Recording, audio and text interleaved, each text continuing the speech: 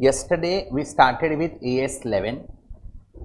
AS11 talks about what, foreign currency transactions, correct? What is the name of AS11? The effects of changes in foreign exchange rates. Foreign exchange rates में fluctuation आता है, correct, और उसके वजह से जो changes होता है और जो प्रॉफिट और लॉस होता है उसका अकाउंटिंग ट्रीटमेंट क्या देने का, उसके लिए AS11 है। फॉरेन करेंसी पे ये की स्टैंडर्ड बात करता है, अग्रीड। कल क्या पढ़ा था हमने? Areas to be covered. उसमें फर्स्ट एरिया था definition, that we concluded yesterday. Second area था accounting for foreign currency transactions, जो आज हम करेंगे।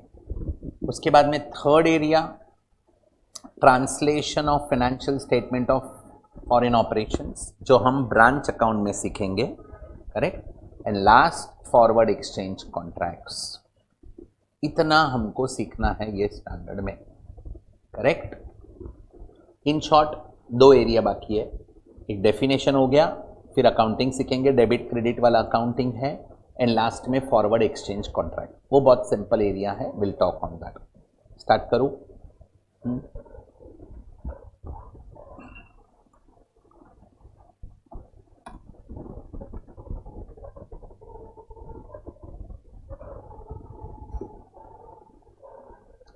चलो, डेफिनेशन में हमने क्या क्या पढ़ा था? First we talked about reporting currency. What is reporting currency? The currency in which financial statements are prepared by the enterprise. That is reporting currency. मेरा कंपनी इंडिया का है तो मैं इंडिया के INR में बनाएगा, तो INR क्या हुआ? Reporting currency, correct.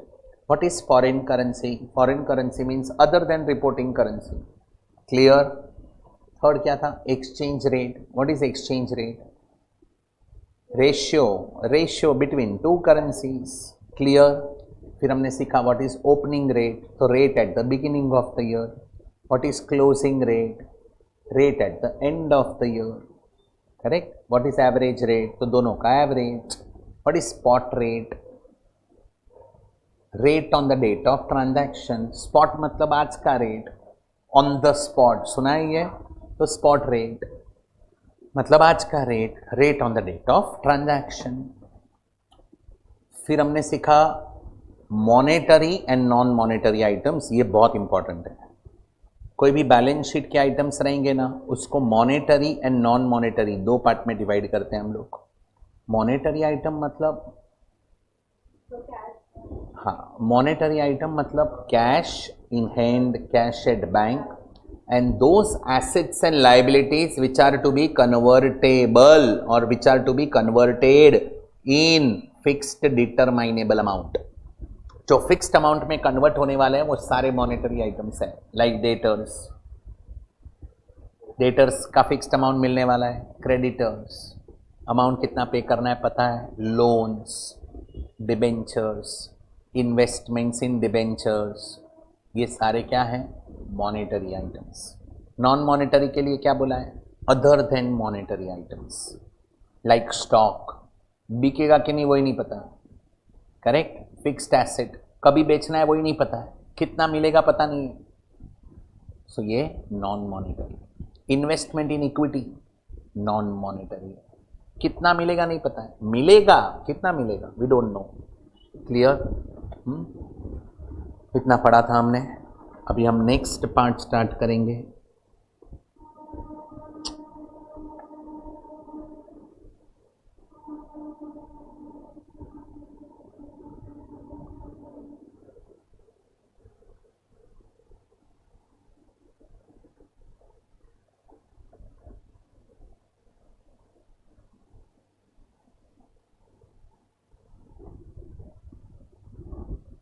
Accounting for foreign currency transactions.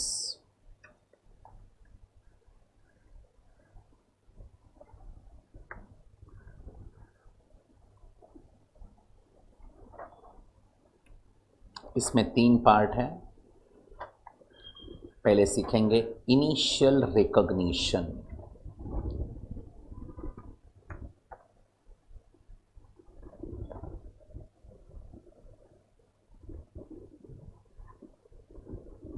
First हम क्या सीखेंगे?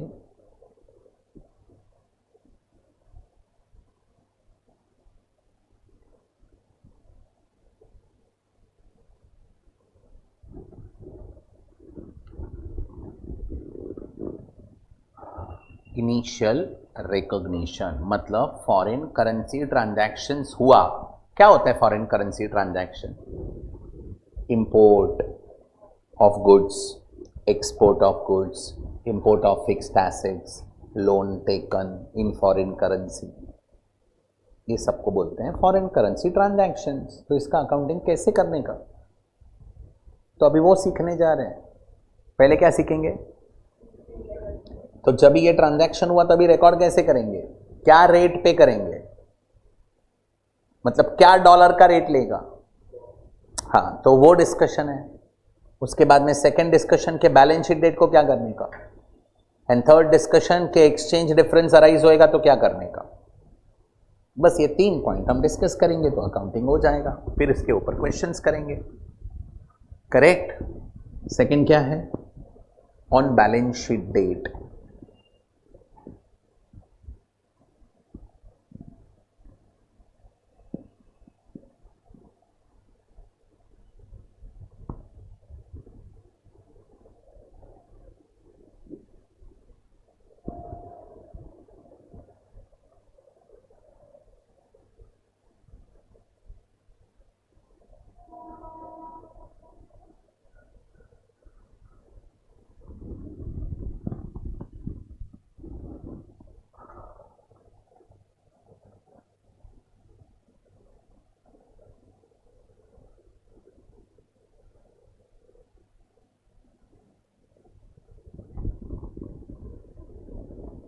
स्टार्ट करूं?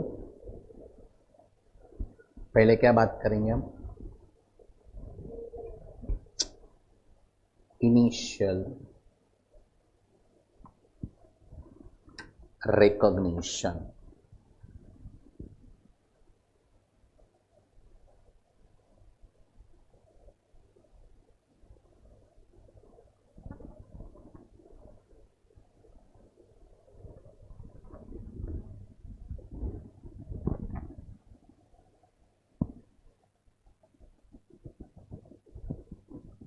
फर्स्ट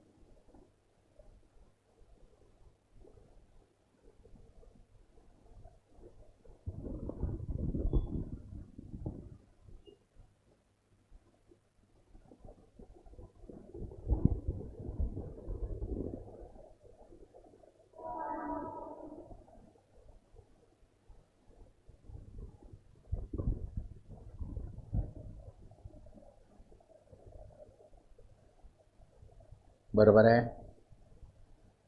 एंड लास्ट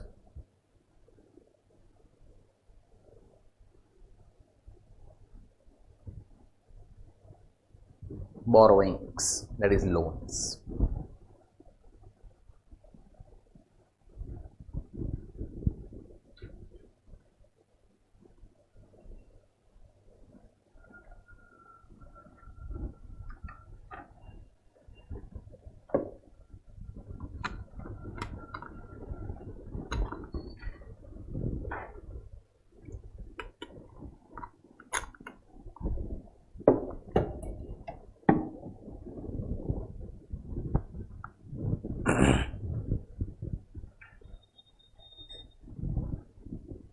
स्टार्ट करो।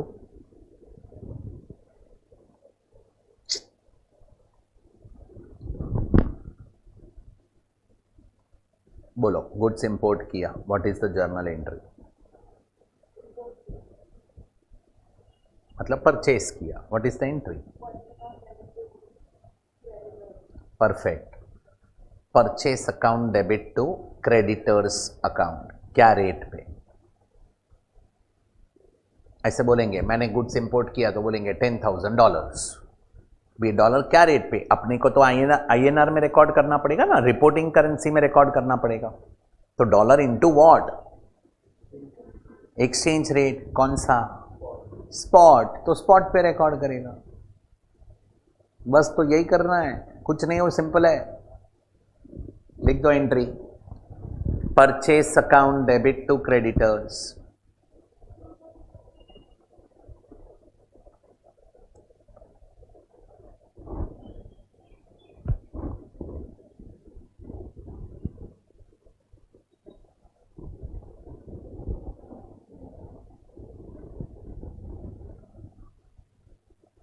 सेकेंड बोलो, डेटर्स टू सेल्स.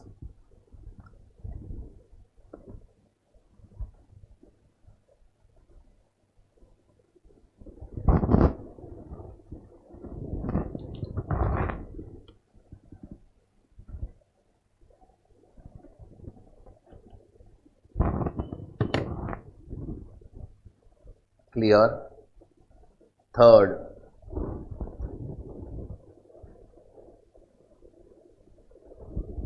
बोलो entry, fixed asset to.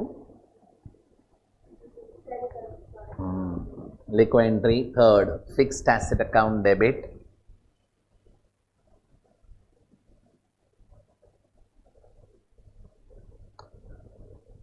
To creditors for fixed asset, ऐसे लिखते हैं. अदरवाइज गुड्स का क्रेडिटर और ये क्रेडिटर सेम हो जाएगा. फिर ये लॉन्ग टर्म क्रेडिटर्स है ना. समझा. Last, borrowings.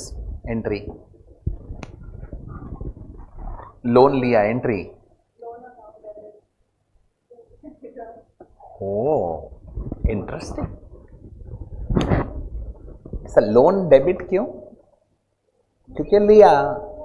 ओके, लोन लेते हैं तो क्या मिलता है? बेटर. लोन लेते हैं तो लोन डेबिट ऐसे थोड़ी होता है. लोन लिया तो bank account debit to loan. अब लोन डेबिट भी कर रहा है और क्रेडिटर को क्रेडिट कर रहा है, मतलब दोनों पर्सनल अकाउंट है. लोन डेबिट मतलब रिसीवेबल, क्रेडिटर क्रेडिट मतलब पेएबल.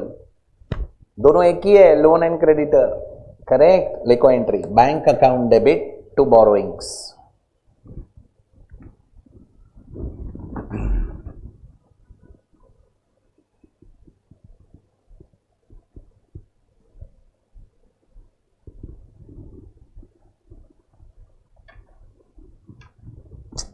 कैसे आएगा अमाउंट बोलो?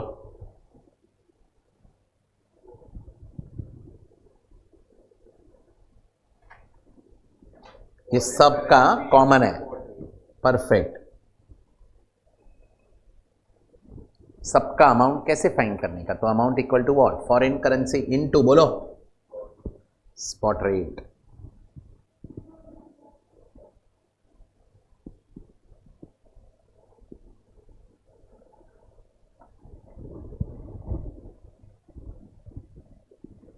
मजा आता रहेगा ना तेरे को, ये सब टाइम पास लगता है. ये क्या कंप्लीट किया?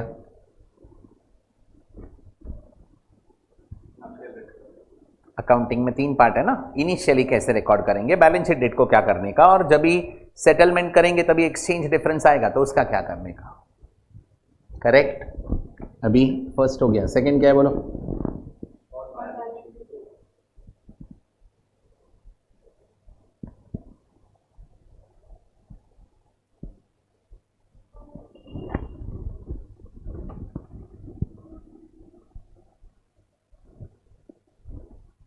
बोलो, सोच समझ के बोलना. क्या करेंगे बैलेंस शीट डेट को?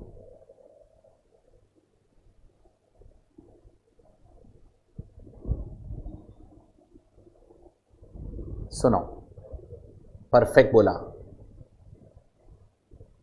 बैलेंस शीट डेट को जो भी आइटम्स रहेंगे उसको मॉनेटरी एंड नॉन मॉनेटरी में पहले बाइफरकेट करेंगे। बाइफरकेट करेंगे मतलब अकॉर्डिंगली उसका वैल्यूएशन होगा।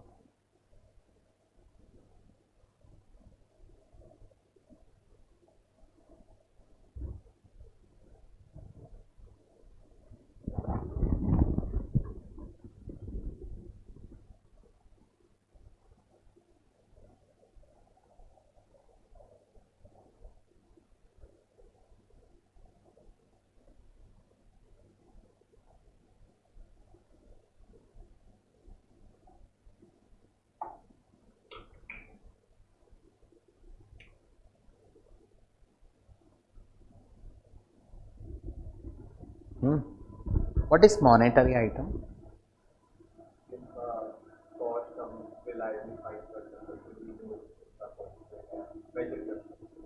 Cost.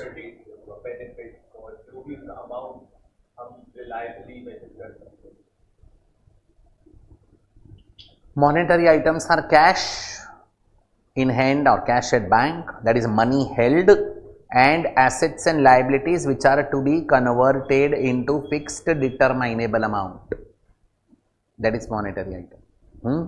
अब ये monetary item को करना क्या है, बहुत डेंजरस है, सुनना। It should be valued at balance sheet date को, क्लोजिंग डेट को, ईयर एंड को, it should be valued at closing rate.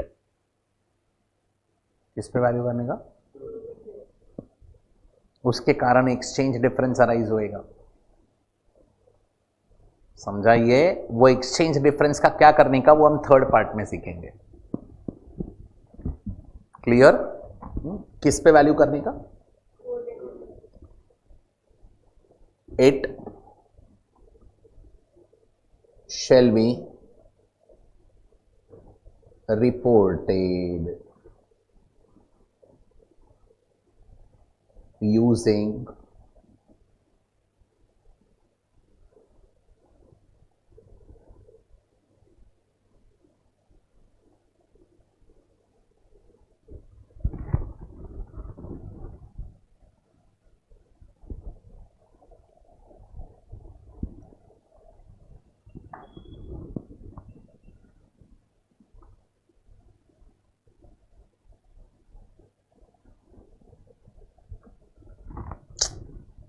Clear? Non monetary item किस पे वैल्यू होगा? ये स्पॉट पे ही रिकॉर्ड होगा, एक्चुअल रेट पे ही रिकॉर्ड करने का, जिस पे था उस पे ही रहने देने का, उसको चेंज नहीं करना है। लिखो, it shall be reported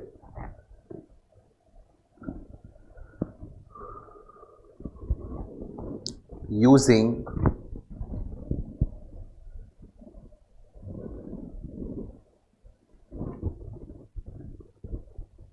spot rate slash करके actual rate.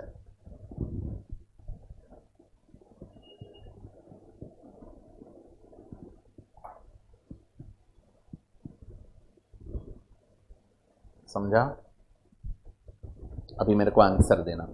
Debtor monetary item है कि नॉन मॉनेटरी? हमने गुड्स इंपोर्ट किया, करेक्ट, तो क्रेडिटर अराइज होंगे। गुड्स एक्सपोर्ट किया तो डेटर अराइज होंगे। लेट अस से 1 मार्च को मैंने गुड्स एक्सपोर्ट किया, एंट्री बोलो। एक्सपोर्ट मतलब जाई, डेटर्स टू सेल्स, क्या रेट पे डेटर रिकॉर्ड करेंगे? स्पॉट पे। 1 मार्च को रेट था 80 रुपीज़ पर डॉलर। ये समझा? पक्का? हाँ। अभी 31 मार्च आ गया, अब ये डेटर मेरे बैलेंस शीट में दिखेंगे, क्या रेट पे दिखने चाहिए? क्लोजिंग पे दिखने चाहिए, एंड क्लोजिंग रेट 82 रुपीज़ पर डॉलर है। तो अभी मैं डेटर को बढ़ाएगा, डेटर मेरा एसेट है, एसेट बढ़ेगा तो मुझे प्रॉफिट होगा।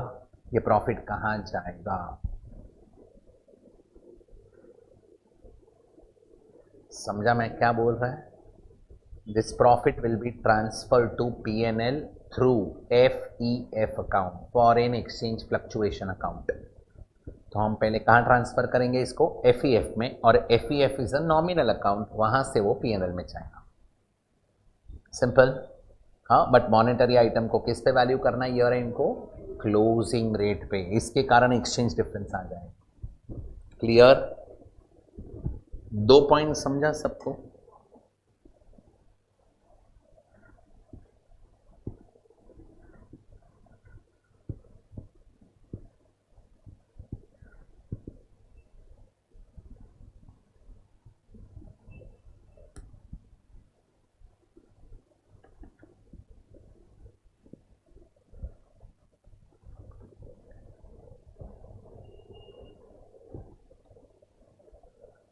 दो केस हैं, पहले केस 1 करते हैं।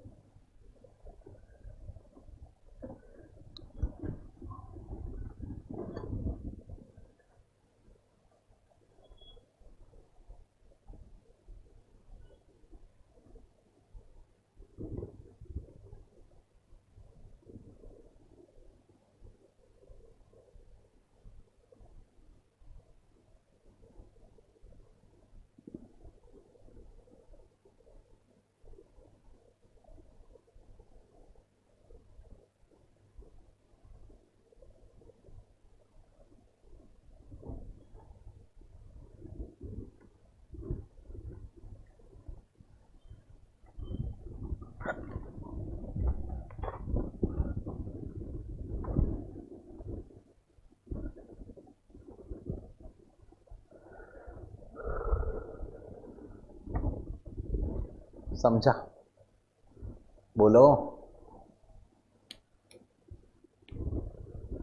कोई बताएगा? हमने गुड्स परचेज किया, इंपोर्ट किया, मतलब परचेज किया, क्या एंट्री पास किया रहेगा? परचेज का एंट्री, परचेज टू क्रेडिटर्स, कितना? 80 रुपीज़ पे रिकॉर्ड किया रहेगा। फिर पेमेंट भी सेम ईयर में कर दिया, तभी 82 पे किया, तो 2 रुपये का प्रॉफिट के लॉस? हाँ,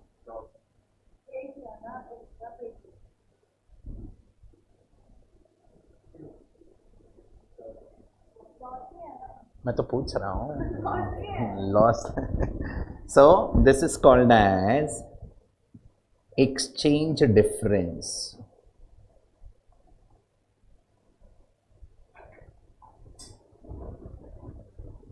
एंड ये एक्सचेंज डिफरेंस क्या है? Loss.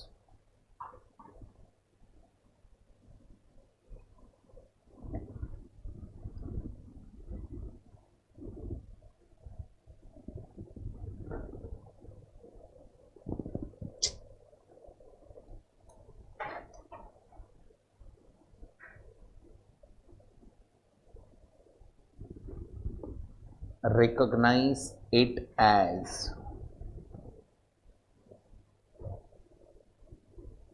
an expense of current year.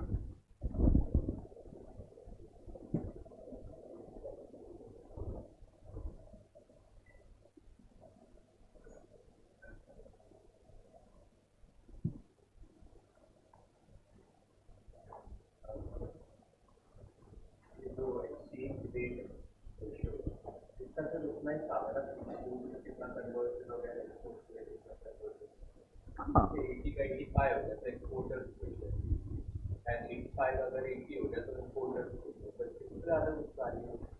है ना, ये भाव बढ़ा कम हुआ क्यों होता है ऐसा? क्योंकि डॉलर का डिमांड और सबका अलग स्पेसिफिक करेंसी तो डॉलर ज़्यादा आ गया तो फिर रुपी का वैल्यू बढ़ जाएगा। मतलब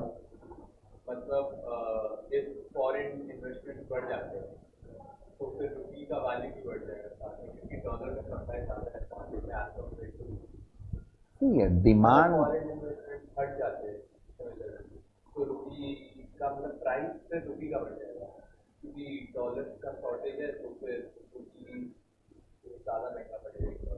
See, demand and supply is not the parameter, ultimate parameter to decide anything. That is for short term. काफी गवर्नमेंट खुद कंट्रोल करती है। नहीं, दूसरा I can say okay, what do you think 2014 से मोदी जी हैं, कितना 11 साल हो गया, बराबर है भाई। 11 साल में इंडिया में इन्वेस्टमेंट आया है कि नहीं आया? बहुत आया है, बहुत हैवी इन्वेस्टमेंट्स आया है। फिर भी डॉलर 72 था, 65 या 70 के आजू बाजू था डॉलर जब भी मोदी जी आए। आज 80, 82, 85 क्यों चल रहा है? 85 क्यों चल रहा है? इन्वेस्टमेंट तो बहुत आया है। FII का ह्यूज इन्वेस्टमेंट है कंट्री में। Exchange ratio is based on the strength of the economy of the country. US का इकोनॉमी इंडिया के इकोनॉमी से ज़्यादा अच्छा परफॉर्म कर रहा है, इसलिए उसका करेंसी स्ट्रांग है। यू नो मॉरिशियस छोटा सा है ना, आइलैंड है, किधर? अफ्रीका में। मैं जाके आया हूँ, आइलैंड है छोटा सा। क्या बोलते हैं मालूम है उधर लोग? Hindi, they speak Hindi, majority people.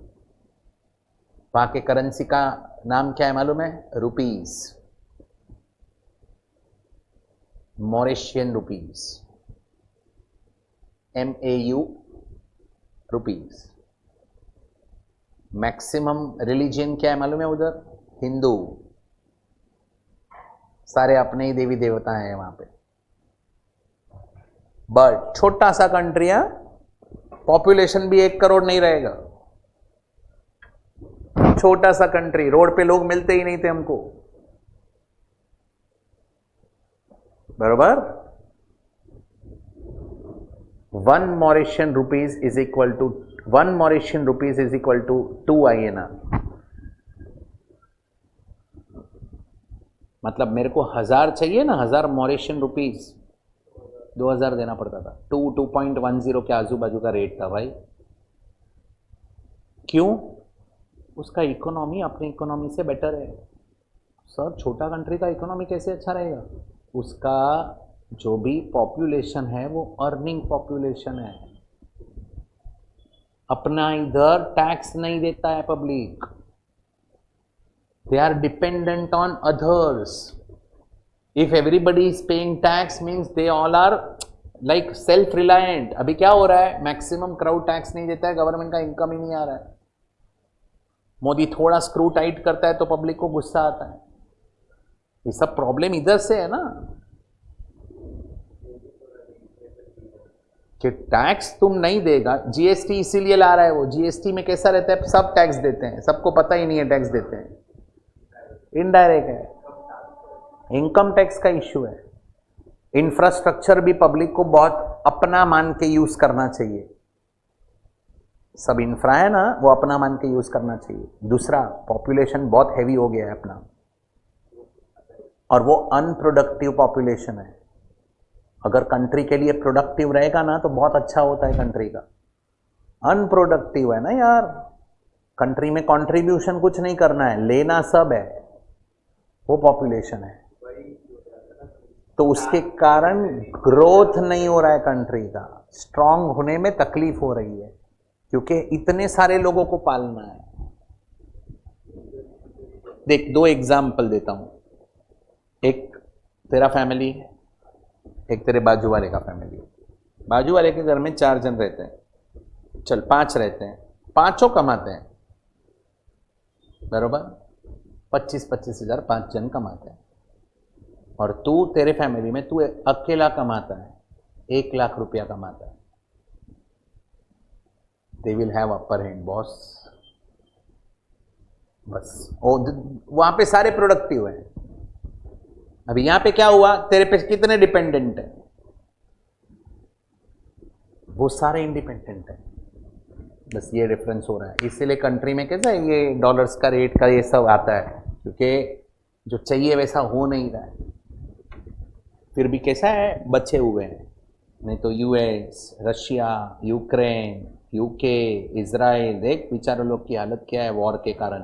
Pakistan, Bangladesh, Islamic country तो सोचो ही मत उसके बारे में, वो तो ऑलरेडी बैंकक्रप्ट है, उसके साथ अपना कंपैरिजन करें तो अपना इंसल्ट है।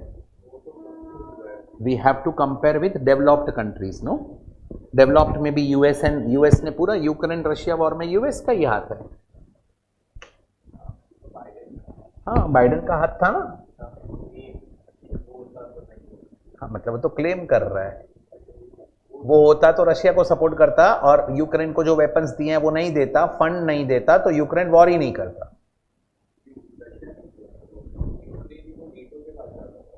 देख, रशिया ने वॉर स्टार्ट किया, अग्रीड, बट यूक्रेन के पास सपोर्ट नहीं देता ना, तो 2 वीक में वॉर खत्म हो जाता, 2 दिन में खत्म, हाँ 2 दिन में खत्म हो जाता। ये सपोर्ट दिया यूएस ने, तू लड़, हम तो तेरे साथ है। ऑफ कोर्स वो तो दूसरा पप्पू है उधर, सेम दिखता है, देख तो फिर वो तो अल्टीमेट इंटरव्यू है, मेरे पास तो है वीडियो, तो फिर वही मैं बोल रहा हूँ। सो अभी कैसा है, बहुत सारा इन्वेस्टमेंट कंट्री में आ ही रहा है, यानी इन्वेस्टमेंट आता है तो बाहर का पैसा आने ही वाला है भाई, कंट्री डेवलप भी होने वाला है। ये शेयर मार्केट है ना, वो दिन मॉर्गन स्टैनली ने बोला 1 लाख लेके जाएंगे ईयर एंड तक, ये ईयर एंड तक अभी 80,000 है, हुआ ना, रिकवर हुआ है मार्केट, मार्केट ऊपर है ना, तो अपने को क्या फायदा है वो सुन लो। कंट्री डेवलप होते रहता है, बहुत सारे अपॉर्चुनिटीज खड़े होते हैं, तुम सीए करके तुमको अच्छे अपॉर्चुनिटीज मिलेंगे तो ही अच्छा इनकम्स आएगा ना बॉस, उसके लिए कंट्री डेवलप होना चाहिए, पेसिमिस्टिक कंट्री नहीं चाहिए, recession is not good, correct, optimistic country चाहिए ना। मोदी बहुत ऑप्टिमिस्टिक है, हाँ वही ना, कितना बढ़ रहा है सैलरी, देख अभी सैलरी वही करेगा ही ना, बरोबर है, सही है, परफेक्ट लॉजिकल बात किया आपने। कंपनी में जॉब के लिए जाते हैं, they expect more salary, then ultimately company will recover from the customer only, fair enough.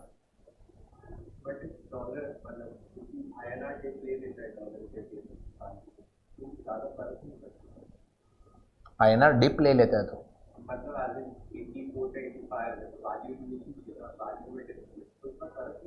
पड़ता है ना, इंपोर्ट वाले को बहुत फर्क पड़ता है।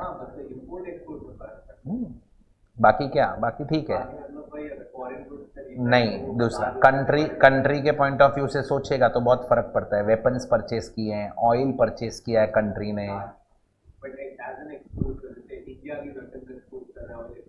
अभी करने का चालू किया।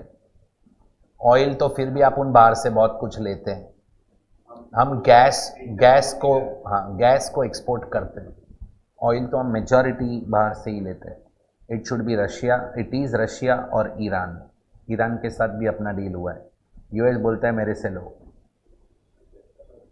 बहुत सस्ते में दे रहे हैं, तो we should go with Russia, और तो मोदी जी निपट लेते हैं। मतलब कैसा है, प्रेशर में नहीं आता है बंदा, क्योंकि he knows very well 1/7 of the world population is with me. कौन? इंडिया. 1/7 पॉपुलेशन. और कंट्री इतने लाखों कंट्री, कितने आई डोंट नो, कितने तो कंट्रीज हैं, उसमें इंडिया में 1/7 पॉपुलेशन है. आजू बाजू ही 7 कंट्री दिख रहे हैं मुझे तो. एशिया में ही कितने हैं? वही ना, इसलिए तो यूसीसी आने वाला है. आएगा ना, 2 स्टेट में तो आया, उत्तराखंड में आ गया. गुजरात वाले बोल रहे हैं हम ला रहे हैं. मतलब वो बात अलग है. अरे तुम्हारा मेजॉरिटी है तभी तुम लॉ ला सकते हो इजीली. दूसरों का मेजॉरिटी हो जाएगा फिर तो लॉ लाना पॉसिबल ही नहीं है जो लंदन में है.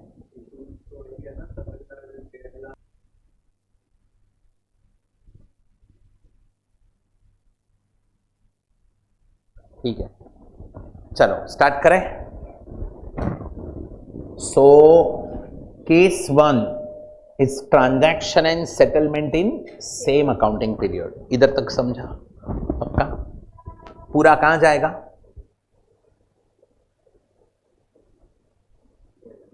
P&L. बरोबर है.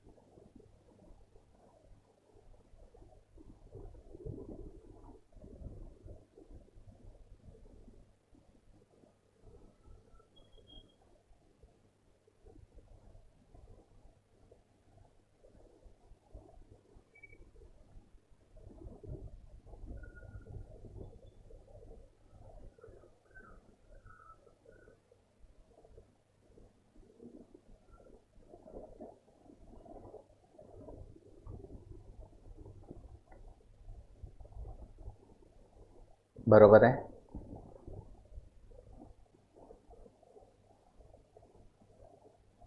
क्या ना ऐसे बीच में बैलेंस शीट डेट आएगा?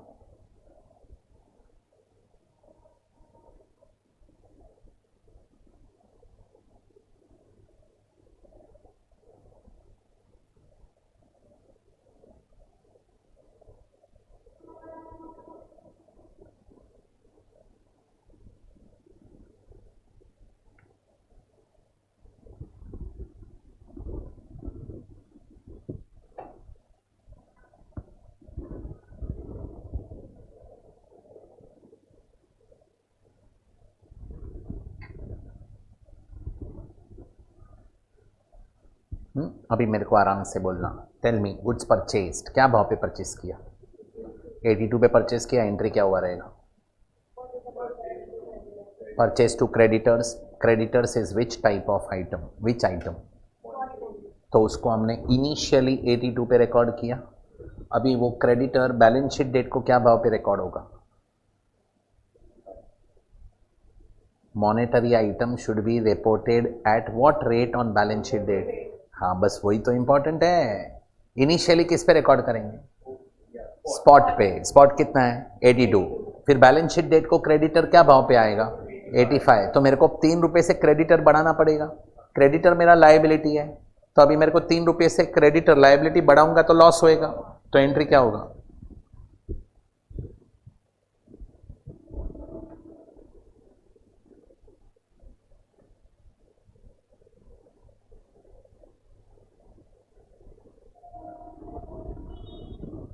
क्या लिखा?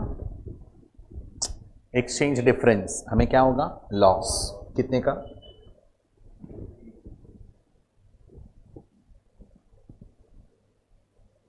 बरोबर है। कहाँ ट्रांसफर करेंगे?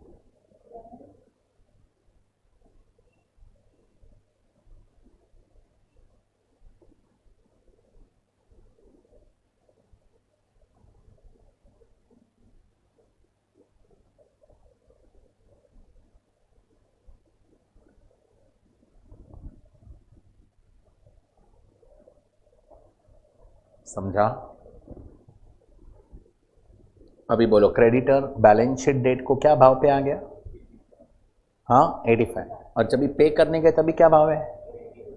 तो अभी 2 रुपये कम पे करेंगे, तो बोलो ये साल में क्या होगा?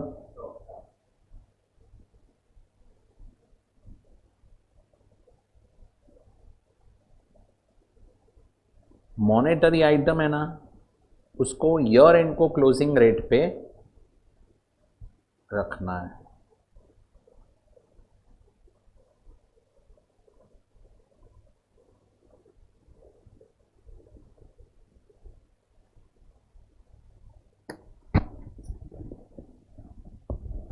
हो गया थियरी, अकाउंटिंग का थियरी हो गया। अभी फॉरवर्ड एक्सचेंज कॉन्ट्रैक्ट थोड़ी देर के बाद आएगा, उसके पहले अकाउंटिंग के सारे सम्स करेंगे।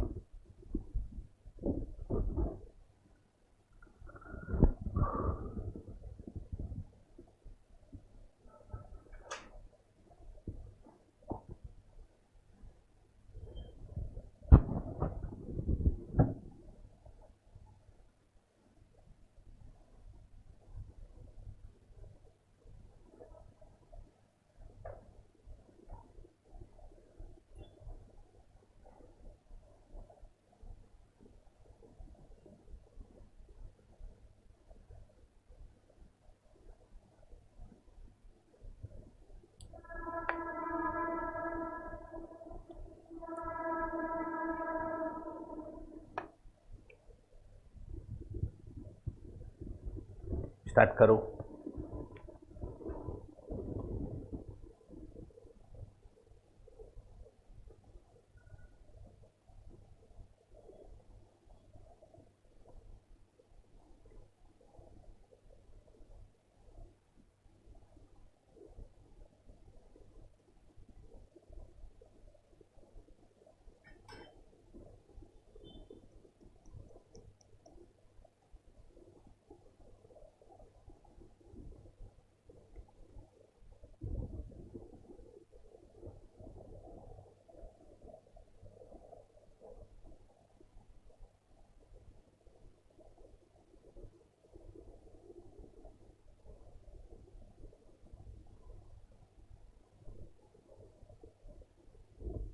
चलो स्टार्ट करें बेटा। Question number 1, explain what, come on, what is monetary item? Money held and assets and liabilities which are to be converted into fixed determinable amount, correct? फिर how are foreign currency monetary items to be recognized at, बोलो क्या value पे? वही तो important है, मैंने सब theory में लिखवा है, क्लोजिंग रेट पे बताएंगे। Classify the following items as monetary and non monetary. बोलो. Share capital. बोलो. Trade receivable. Investment.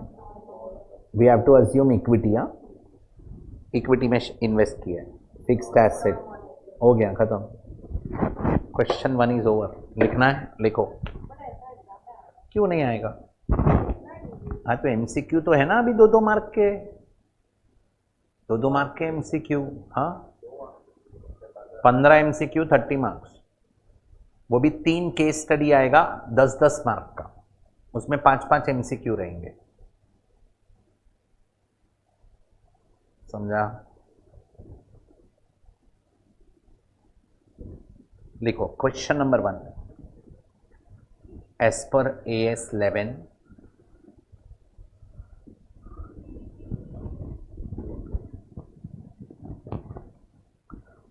the effects of changes in foreign exchange rates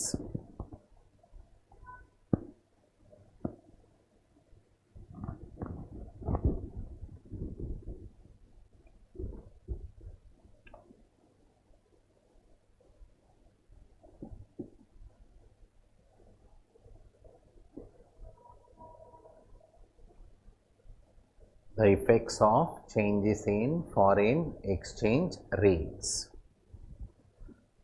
comma, monetary items are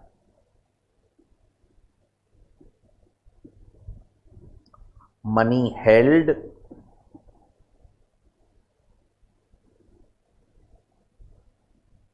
and assets and liabilities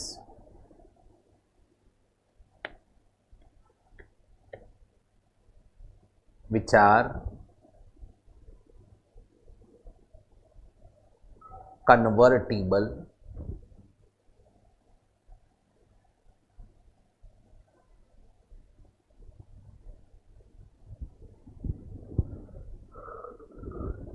in fixed determinable amount.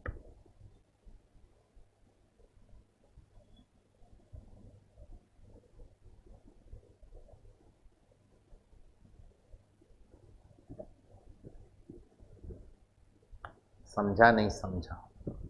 Next line. Number 1.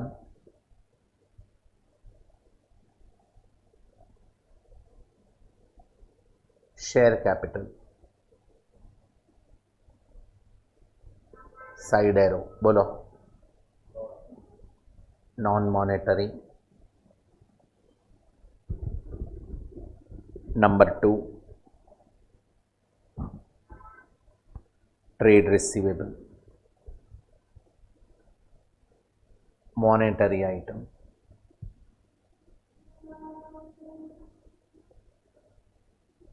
Number 3. Investment. Non-monetary item. Number 4. Fixed assets.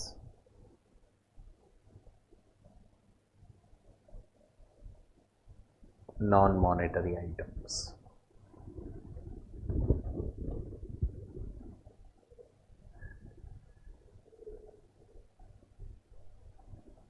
एक line छोड़ के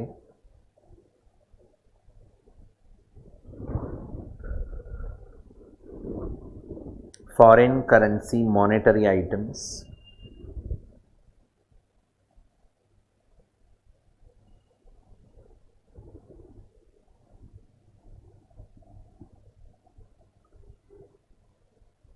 are to be recognized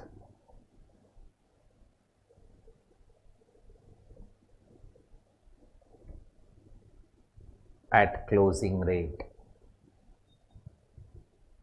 on balance sheet date.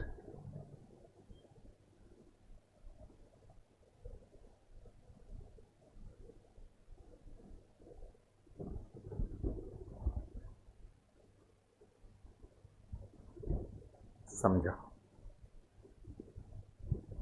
Question number 1 is over. अभी question 2 करते हैं. ये मजा आएगा।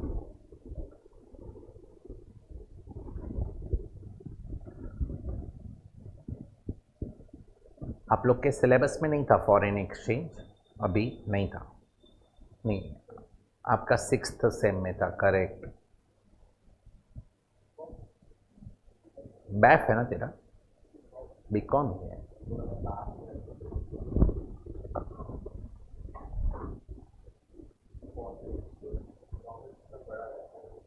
यहाँ पे अकाउंटिंग सीख रहे हैं, वहाँ पे इकोनॉमिक्स है। वो बताएंगे रेट प्लस माइनस क्यों होता है, हम बताएंगे रेट प्लस माइनस हुआ तो उसका ट्रीटमेंट क्या है।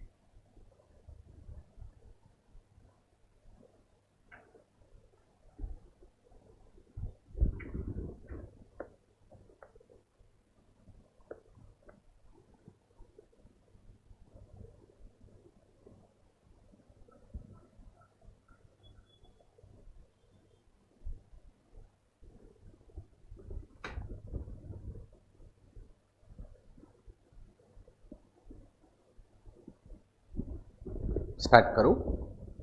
DBK industries limited invoiced goods to West Germany. Invoiced मतलब सोल्ड, सेंड गुड्स मतलब सेल किया, तो ये एक्सपोर्ट का सम है। कितना डॉलर? कभी 2000, on which date exchange rate $1 was 41। या 41 कौन सा रेट है? Spot rate. Date of receipt, payment was received as under, 3 payment मिला, 1 2 3, 40 35 25 42 41 44। कैन आई से इसके बीच में ईयर एंडिंग आ रहा है? ईयर एंडिंग को मॉनेटरी आइटम किस पे वैल्यू होगा? Closing rate, and closing rate is given 31st March is year ending and closing rate is 45 pass journal entries. Question समझा क्या? लिखो।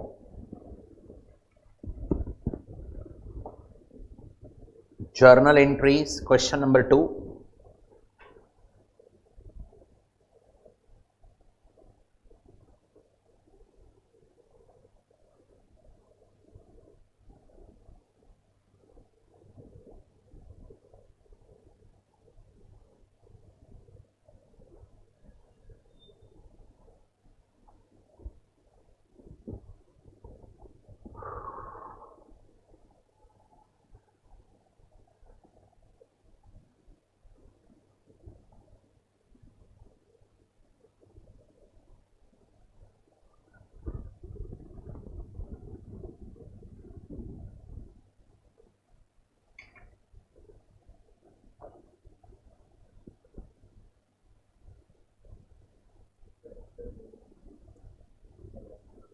स्टार्ट करो, बोलो। फर्स्ट इंपोर्ट के एक्सपोर्ट, डेट 10th March 2005, बरोबर ना?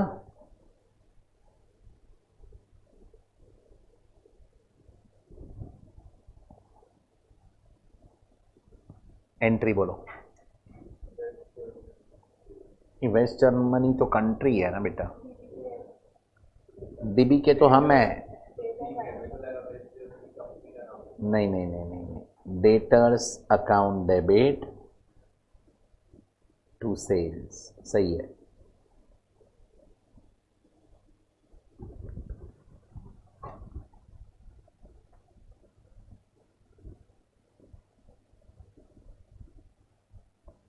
कितना? नहीं, डॉलर्स कितना? बरोबर है, देख लो जरा। 1 लाख डॉलर है, क्या भाव पे? स्पॉट 41 है ना, 41 कितना आएगा?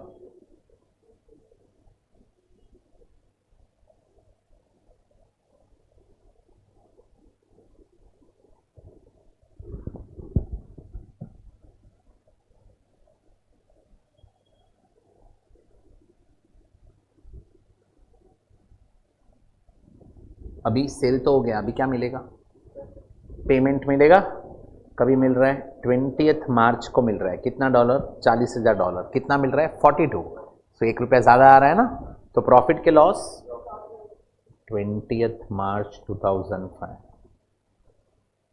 Bank account debit.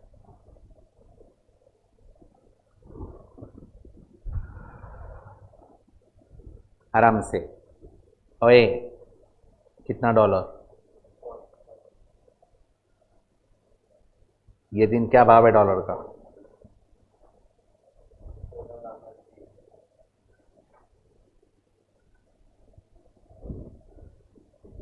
टू।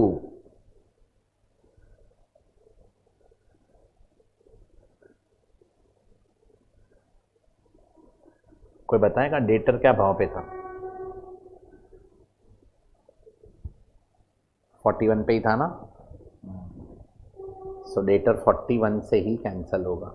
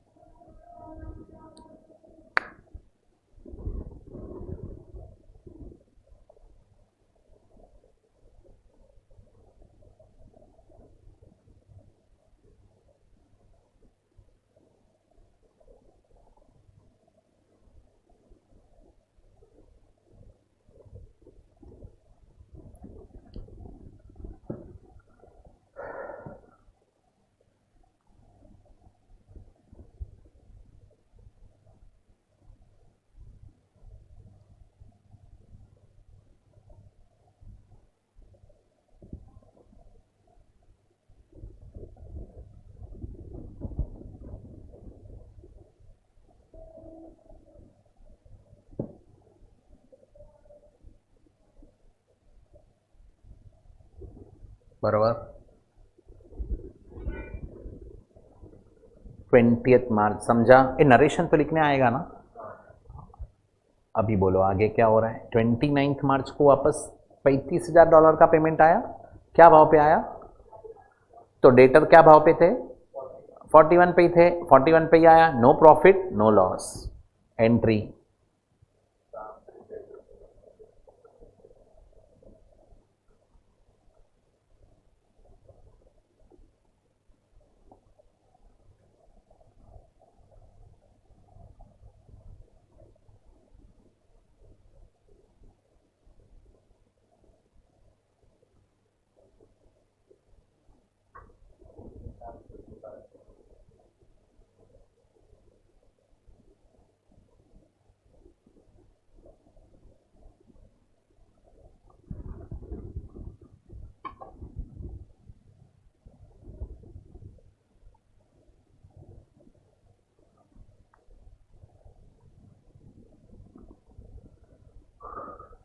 समझा? अभी कोई बताएगा टोटल डेटर क्रिएट कितने किए थे?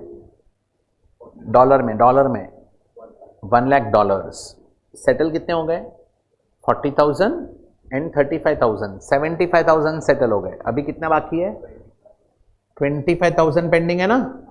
अभी ईयर एंड आया, बोलो बैलेंस शीट डेट आया। बैलेंस शीट डेट को रिमेनिंग डेटर्स $25,000 क्या भाव पे वैल्यू करेंगे?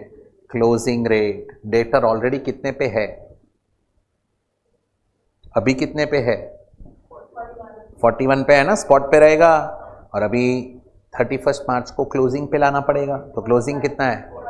तो 4 रुपए का डेटर बढ़ाना पड़ेगा। एंट्री बोलो डेटर बढ़ाएंगे।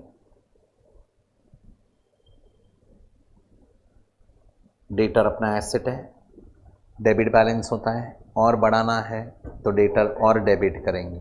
To what? F account, foreign exchange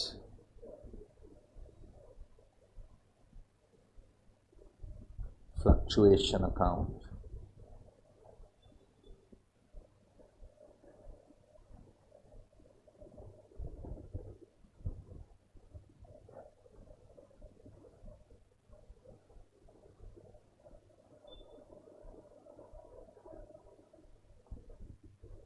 $25,000 into बोलो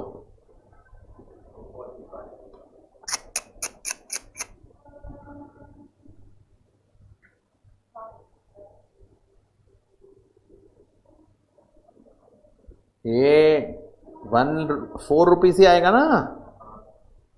debtor will be increase by 4 rupees, that is 1 lakh.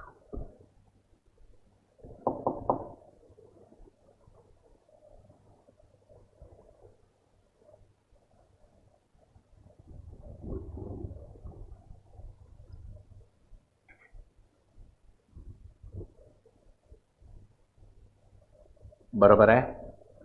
अभी ईयर एंडिंग को और क्या होगा? ये F account as nominal account, उसको मुझे पीएनएल में ट्रांसफर करना पड़ेगा। तो एफ में चेक करो कितना बैलेंस है।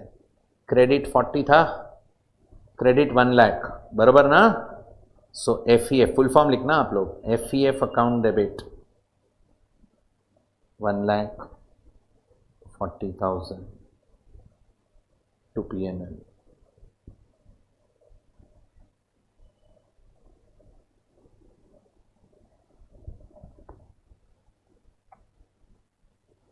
$140।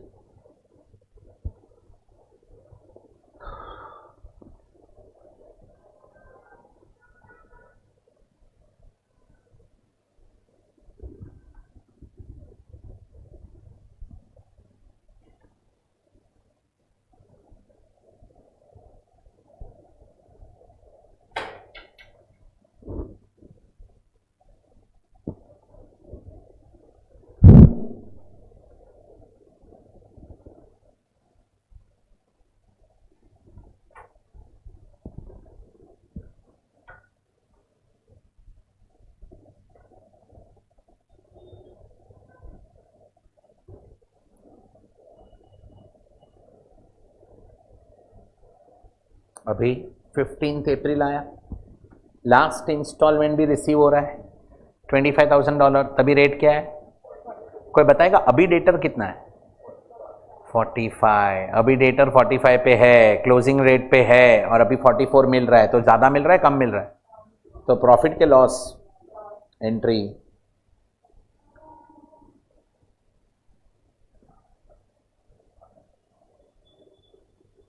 $25,000 इंटू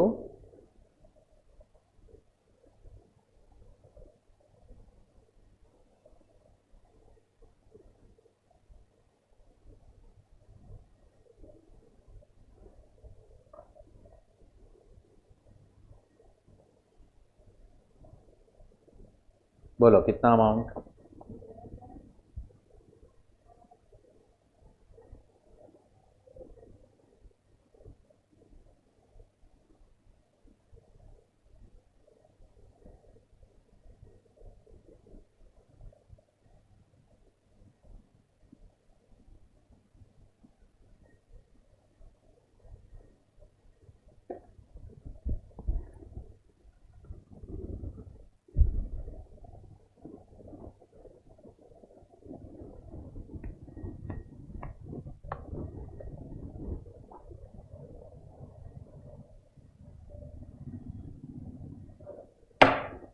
दैट्स इट।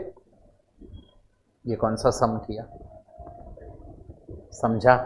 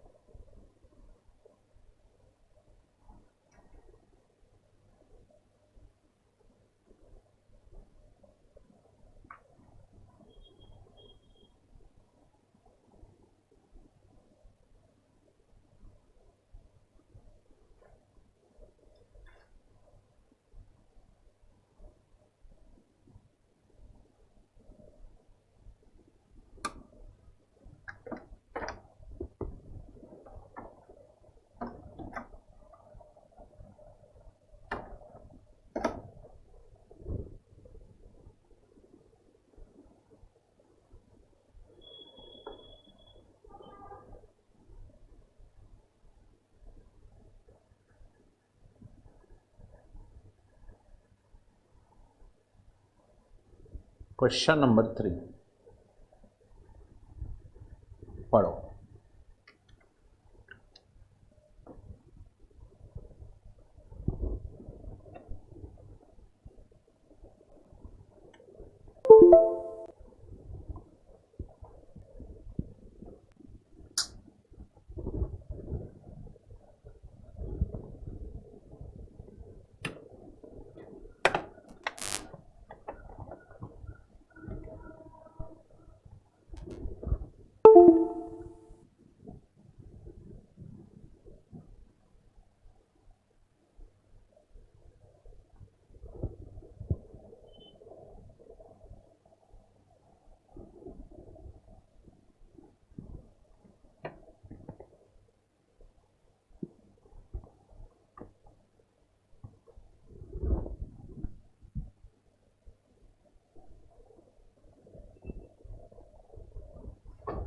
आया? पढ़ो क्वेश्चन 3 एक बार रीड करो।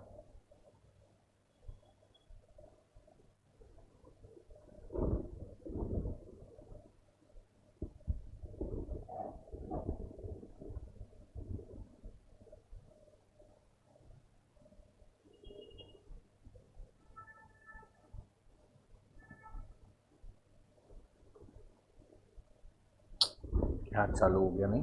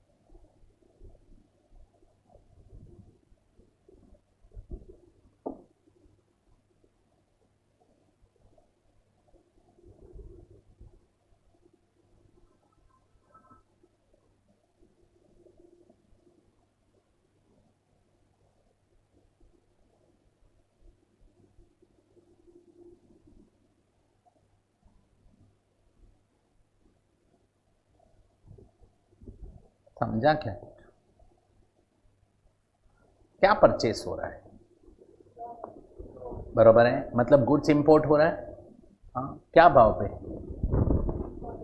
44 क्या है स्पॉट रेट बराबर। फिर पेमेंट कभी हो रहा है? नेक्स्ट ईयर में हो रहा है 10 अप्रैल। बीच में क्या आएगा? Balance sheet date, year ending. वो दिन रेट क्या है? 49 का रेट है, बराबर ना? तो क्लोजिंग रेट पे वैल्यू करना पड़ेगा, तो उसका प्रॉफिट लॉस आएगा। How to deal with it वो पूछा है वो लोग ने। हाँ, बट वो लोग ने जो किया वो करेक्ट है कि रॉन्ग है? क्यों?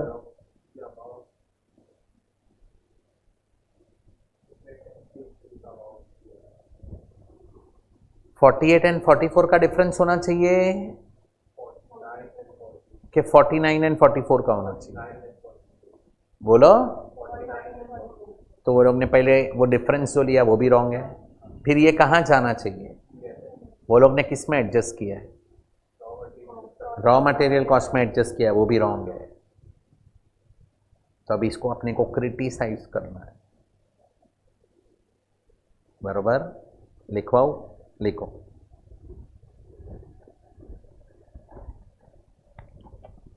As per AS 11,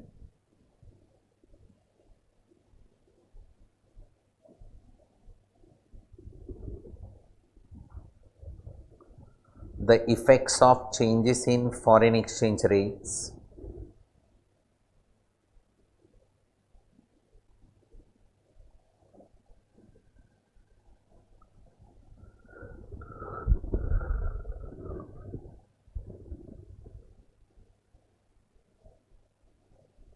comma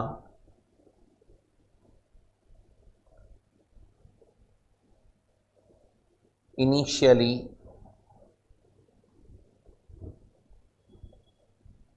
foreign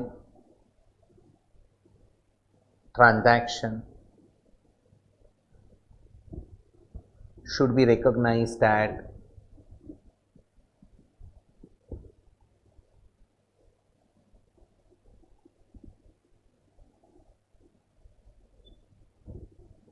spot rate.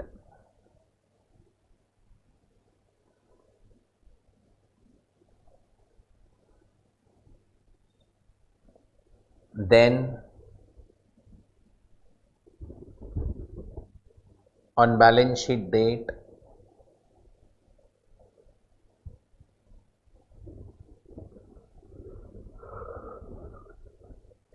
monetary item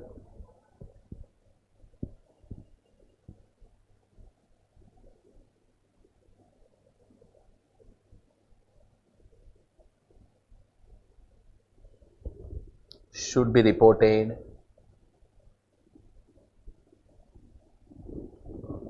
at closing rate.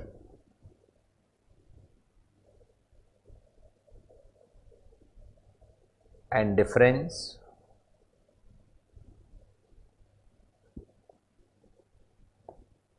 shall be transferred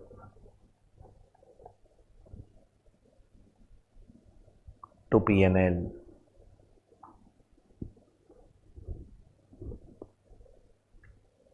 समझा? बोलो।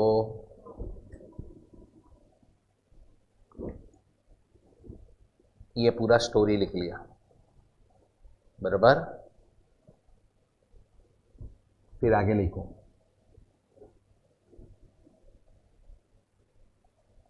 In the given case, Sunshine Company Limited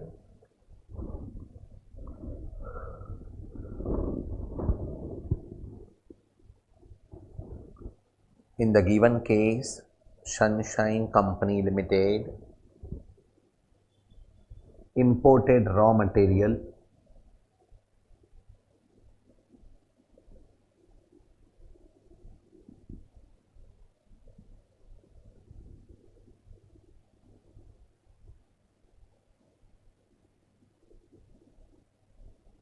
for $9,000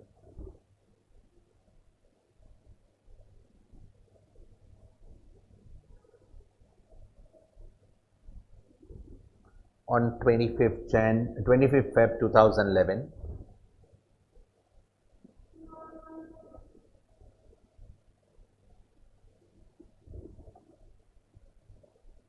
At spot rate of 44 per dollar.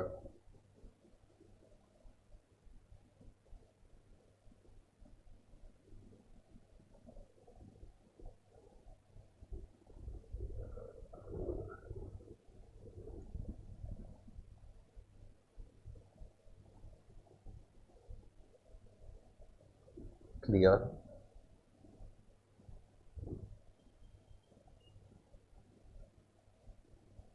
Next line. नहीं, इधर तक समझा? However, closing rate on 31st March 2011 was rupees 49 per dollar.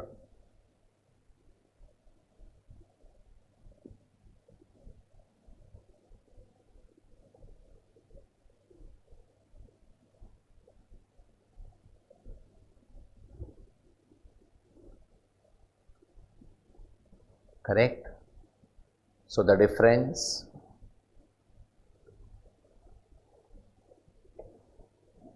shall be transferred to P&L.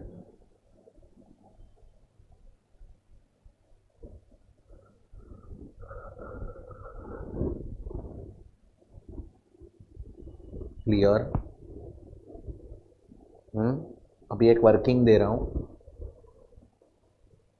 ये working करने का।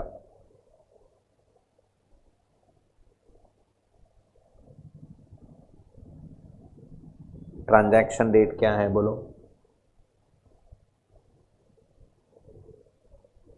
2011।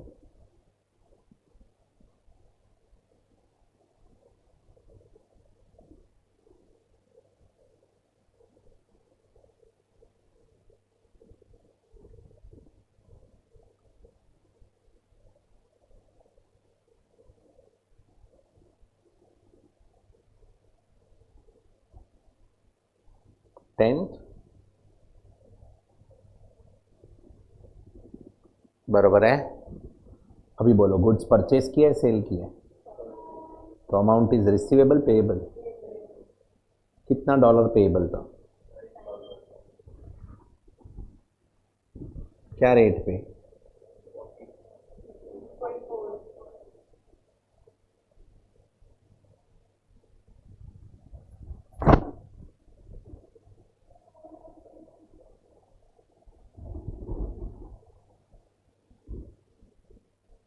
Year end को क्या rate पे वैल्यू करेंगे?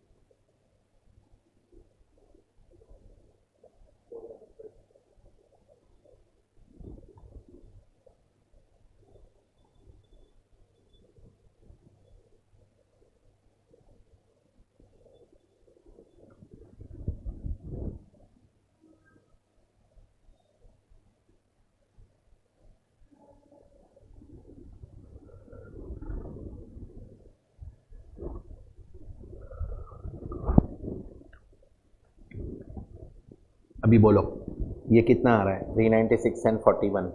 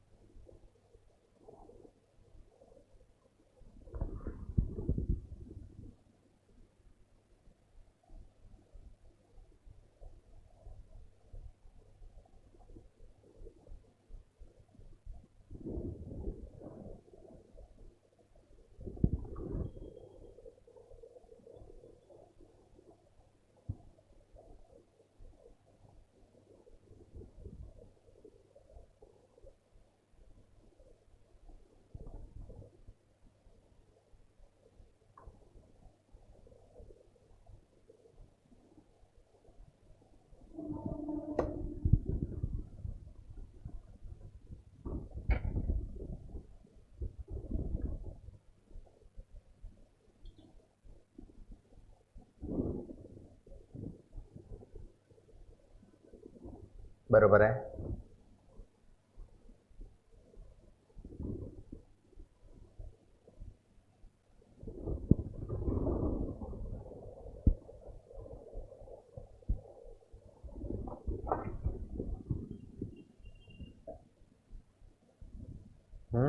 नीचे लिखो last paragraph. The treatment given by chief accountant.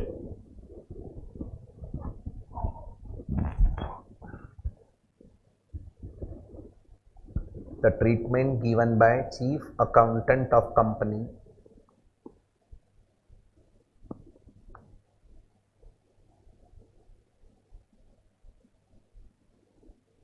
is incorrect.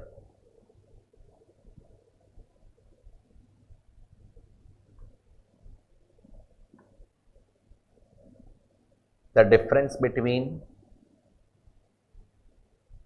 49 and 44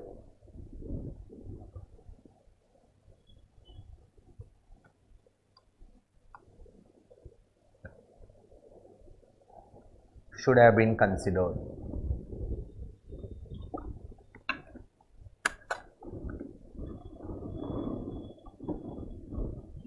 Not 44 and 48.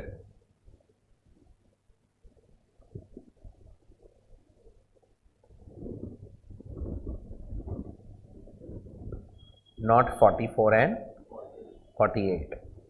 And it shall be transferred to P&L. Not to be adjusted against raw material consumed.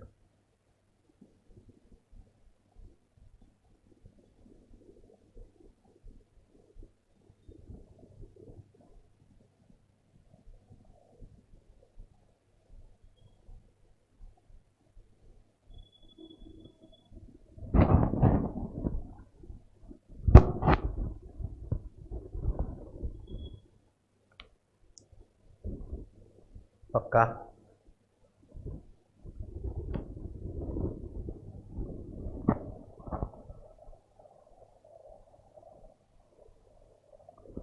ये question भी हो गया.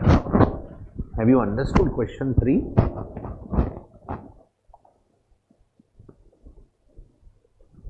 Question 5 करो. Good purchase किया, क्या भाव पे? Dollars. क्या भाव था? रेट ईयर एंड 4 और actual payment. ascertain the loss and gain in 2010, 11 and 11, 12. Also give their treatment as per AS 11.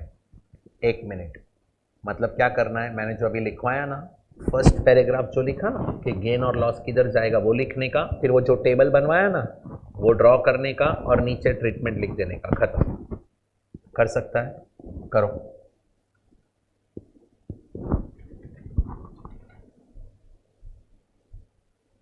Question number 6. ABC Limited what?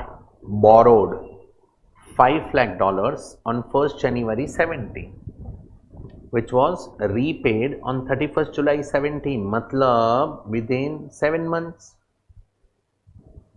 तो ये लॉन्ग टर्म बोरोइंग है कि शॉर्ट टर्म बोरोइंग? बराबर है. Okay. And year ending is on 31st March 17. अभी मेरे को बोलो, बोरोइंग्स मॉनेटरी आइटम है कि नॉन मॉनेटरी? तो ईयर एंड को किस पे वैल्यू होगा? Closing rate. बिगिनिंग में किस पे वैल्यू होगा? स्पॉट पे.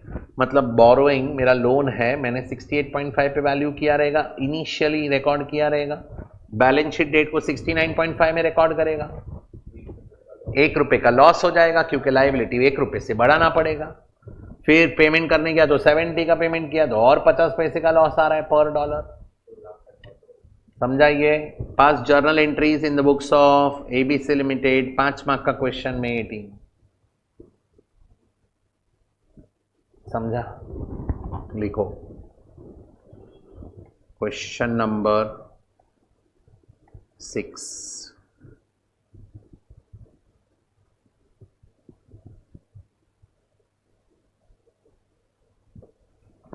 journal entries in the books of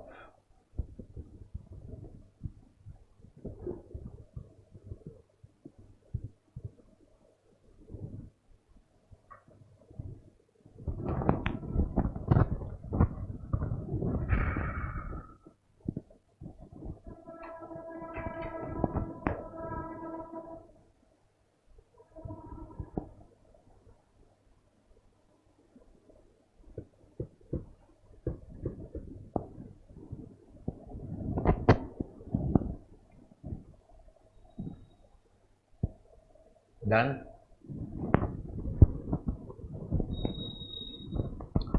1/1/2017 को लोन लिया ना,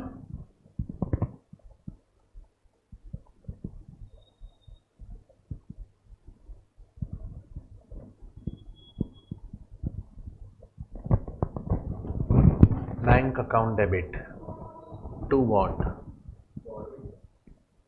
बोरोड मतलब short term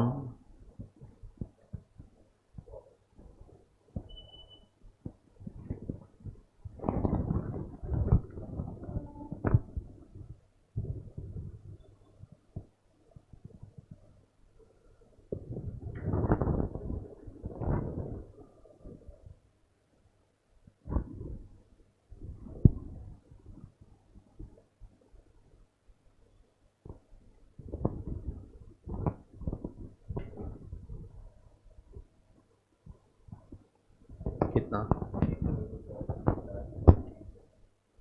sorry 42 lakh.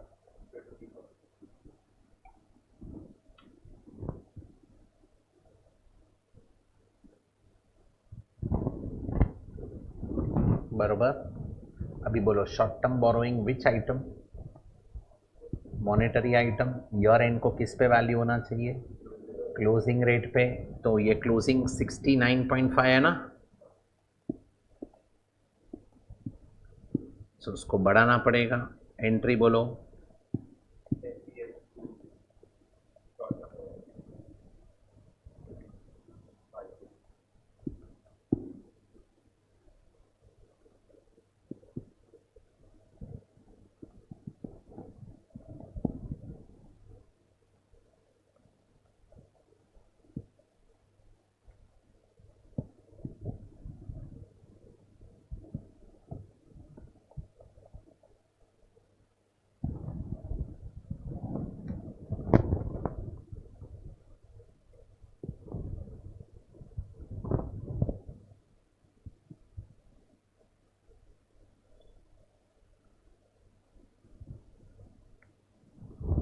Clear.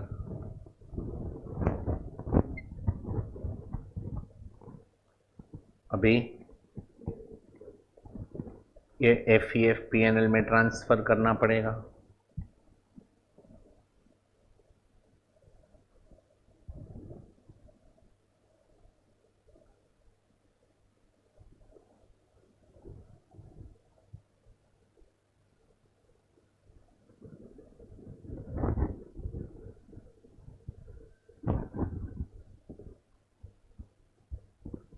फिर 31 जुलाई को पेमेंट हो रहा है।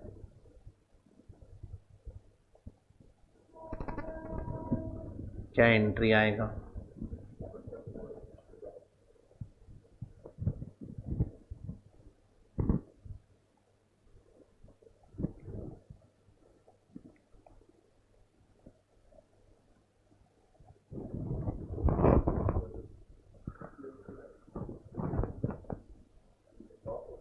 लॉस है, डेबिट होएगा, sorry.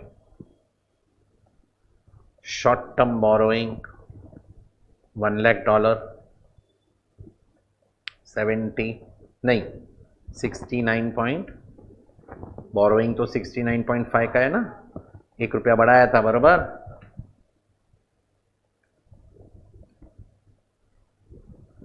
FEF debit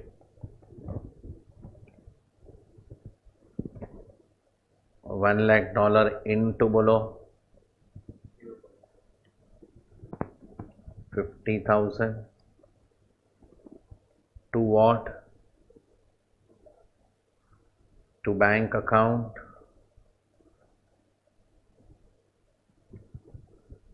$1 lakh into 70, that is 70 lakhs. सच बोलो, ये समझा गया? रियल समझा बेटा? नेक्स्ट लेक्चर आएगी ना, और जो मिस किया है वो सब कवर कर लेना। AS11 मतलब वो जो लास्ट पार्ट था 26 का, AS26, तो वो देख लेना बस। और 11 तो आपको आ गया ना, तो हाफ एन आवर लास्ट का देखने का भी ज़रूरत नहीं है, नोटबुक कंप्लीट कर लेना सिर्फ। ये समझा पक्का? अभी है ना एक्चुअली, ओके आप ये वाला करो, क्वेश्चन 7 का 2 मैं रीड करूं। Trade receivable includes amount receivable from Preksha limited, कितना है? recorded at prevailing exchange rate on the date of sale and transaction was recorded at 59, spot 59 था। बैलेंस शीट डेट को कितना है? 62। you are required to calculate what? exchange difference and also explain the accounting treatment needed in above two cases। ये 2 में से first वाला हम बाद में करेंगे, सेकेंड वाला कर सकते हैं। करना है कि जाने देते हैं, दोनों साथ में करते हैं, ऐसा करते हैं? बोलो, दोनों साथ में करते हैं। सेकंड हो सकता है आज, बट कैसा है, मेरे को वो फर्स्ट वाले में नया कॉन्सेप्ट है, इसीलिए मैं रुका हुआ हूँ और कुछ नहीं तो ये फोर्थ भी मैं इमीडिएटली करवा लेता। स्टार्ट करें, फोर्थ करें।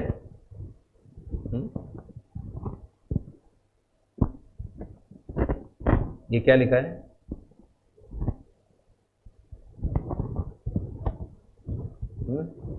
Read question 4। 2 ट्रांजैक्शन है। B limited purchased what? Costing ₹5,000 lakhs on 1st April 2012, payable in on exchange rate and on 1st April and 31st March respectively. Company also obtained what? कितना? 1 lakh, and on 1st April 12 amount payable in, first installment was due on 1st May 2013.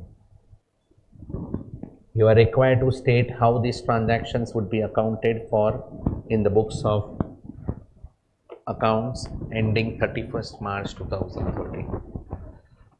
कुछ समझा क्या?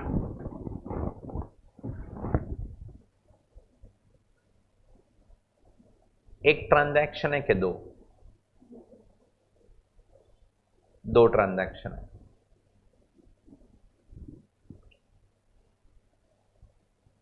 क्या purchase किया? First में fixed asset purchase किया, 5,000 lakhs है, बरोबर? $1.50 का था, बोलो। ओके, एंड ईयर एंडिंग को 54.98 हो गया, $54.98 हो गया ना? क्यों? ओके ओके ओके, एंट्री बोलो जरा। फिक्स्ड एसेट परचेज किया, entry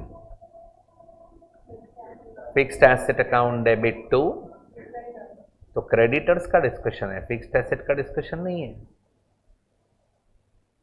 initially fixed asset account debit to creditors हो गया, क्या भाव पे रिकॉर्ड करेगा? 50 पे रिकॉर्ड कर देगा। हाँ, अभी बैलेंस शीट आया, वो दिन फिक्स्ड एसेट तो 50 पे ही दिखेगा, बरोबर? बट क्रेडिटर्स किस पे दिखेगा?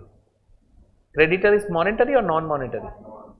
Creditor is monetary item, it should be recorded at closing, तो 54.98 पे दिखना चाहिए ना, मतलब क्रेडिटर्स को बढ़ाना पड़ेगा। क्रेडिटर्स बढ़ाएंगे तो लॉस होगा, वो लॉस का क्या करने का वो डिस्कशन है पूरे सम में। क्या करेंगे लॉस को? हाँ बस, ये पीएनएल में डालेंगे ना, उसका एक ऑल्टरनेटिव अवेलेबल है यहाँ पे। और इसके लिए मैं हेजिटेट हो रहा हूं कि ओपन करूं कि नहीं करूं। आप बोल रहे हो जो पीएनएल में डालो that is as per para 13, as per PNL में डालना है। तो अगर पीएनएल में नहीं डालना है तो क्या करेंगे? तो para 46A is talking on this. कौन सा पैरा है? 46A। Para 46A is a relaxation paragraph. क्या कर रहा है? Para 46A is a relaxation paragraph. वो रिलीफ देता है कंपनी को। क्या रिलीफ देता है? कि don't put exchange loss in PNL. Normally currency का भाव बढ़ते ही रहता है, तो बोलता है लॉस होता है। ये लॉस पीएनएल में जाएगा ना, तो क्या प्रॉब्लम होएगा मालूम है? मेरा प्रॉफिट कम हो जाएगा। प्रॉफिट कम हुआ तो ईपीएस कम होगा। ईपीएस कम हुआ तो कंपनी का मार्केट प्राइस कम हो जाएगा। समझ रहे हैं? इसीलिए रिलैक्सेशन दिया है कंपनी को as per para 46A of AS11। वो बोलता है don't put this exchange difference in PNL. ये एक्सचेंज डिफरेंस को कैपिटलाइज करो। क्या करो? मतलब फिक्स्ड एसेट में ऐड कर दो, पीएनएल में मत डालो। फिर वो धीरे धीरे धीरे डेप्री के फॉर्म में पीएनएल में चले जाएगा। बट अभी उसको क्या करो? कैपिटलाइज करो। सर मतलब ये किसको एप्लीकेबल है? लॉन्ग टर्म लोन्स को एप्लीकेबल है सिर्फ। Any long term non monetary items, उसको ये एप्लीकेबल है। Long term non monetary liabilities को अवेलेबल है, ये एप्लीकेबल है। तो देखो हमने फिक्स्ड एसेट खरीदा है, वो लॉन्ग टर्म है, लायबिलिटी ही रहेगा ना अपना। कभी परचेस किया? 1 अप्रैल को। पेमेंट कभी करना है? 5 अप्रैल नेक्स्ट ईयर, मतलब 12 महीने के बाद पे करना है ना। तो ये हमारा लॉन्ग टर्म लायबिलिटी हो गया। इसको पैरा 46A एप्लीकेबल है। लॉस को या तो पीएनएल में डालते हैं या तो फिक्स्ड एसेट में ऐड कर दो, कैपिटलाइज कर दो। डेबिट बैलेंस होता है ना, या तो एसेट में जाएगा या तो फिर पीएनएल में जाएगा। पैरा 13 बोलता है पीएनएल में डालो, पैरा 46A बोलता है कैपिटलाइज करो। थोड़ा समझा कि नहीं समझा? सर अगर हमने लोन फिक्स्ड एसेट के लिए नहीं लिया है तो सेकंड वाला है वो देखो case. Company also obtain what? Soft loan. मतलब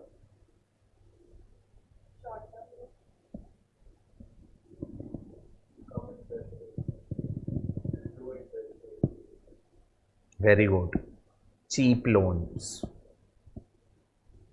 interest is very hard to pay, तो इंटरेस्ट कम रहेगा, then it is soft loan.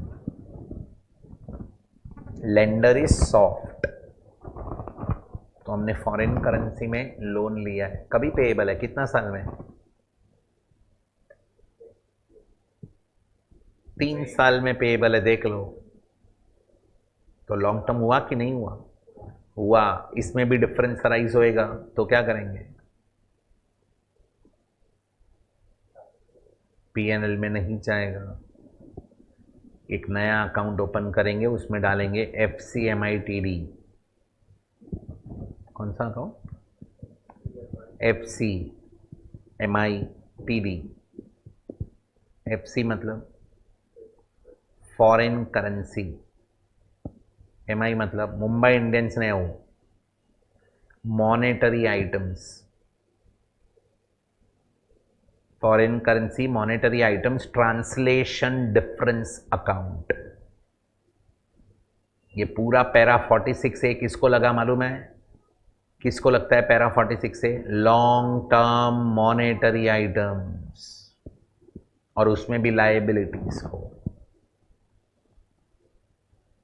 जो लॉन्ग टर्म में लायबिलिटी मुझे पे करना है उसमें एक्सचेंज डिफरेंस अराइज हुआ, पीएनएल में नहीं डालो, कैपिटलाइज कर दो, बैलेंस शीट में डाल दो, तो आपको रिलैक्सेशन मिल जाएगा। ये एक्सचेंज रेट बढ़ते जाता है तो कंपनी का फॉल्ट नहीं है, कंट्री का फॉल्ट है। Long term monetary loans, long term monetary items में, और वो भी लायबिलिटीज में अगर डिफरेंस आया तो उसको हम क्या करेंगे? पीएनएल में नहीं डालेंगे। Long term monetary items,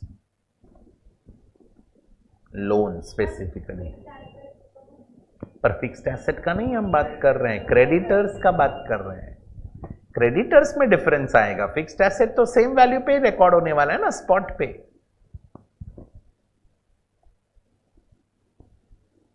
fixed asset हमने परचेज किया तो क्या रेट पे रिकॉर्ड करेंगे बोलो?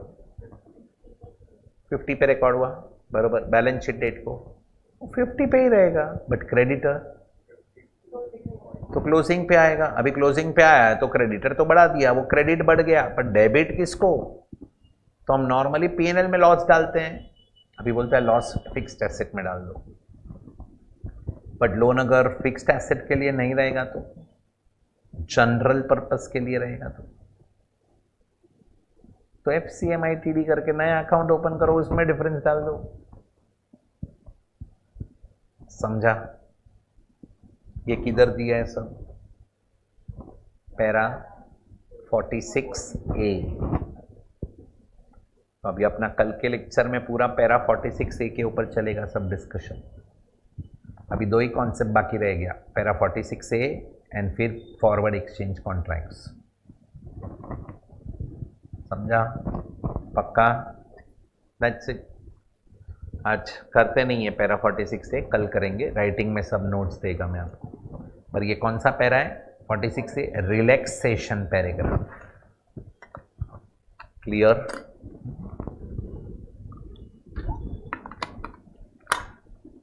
थोड़ा समझा क्या? समझा ना?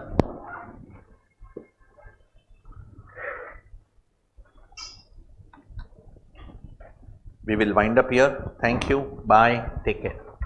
See you tomorrow. आते रहना।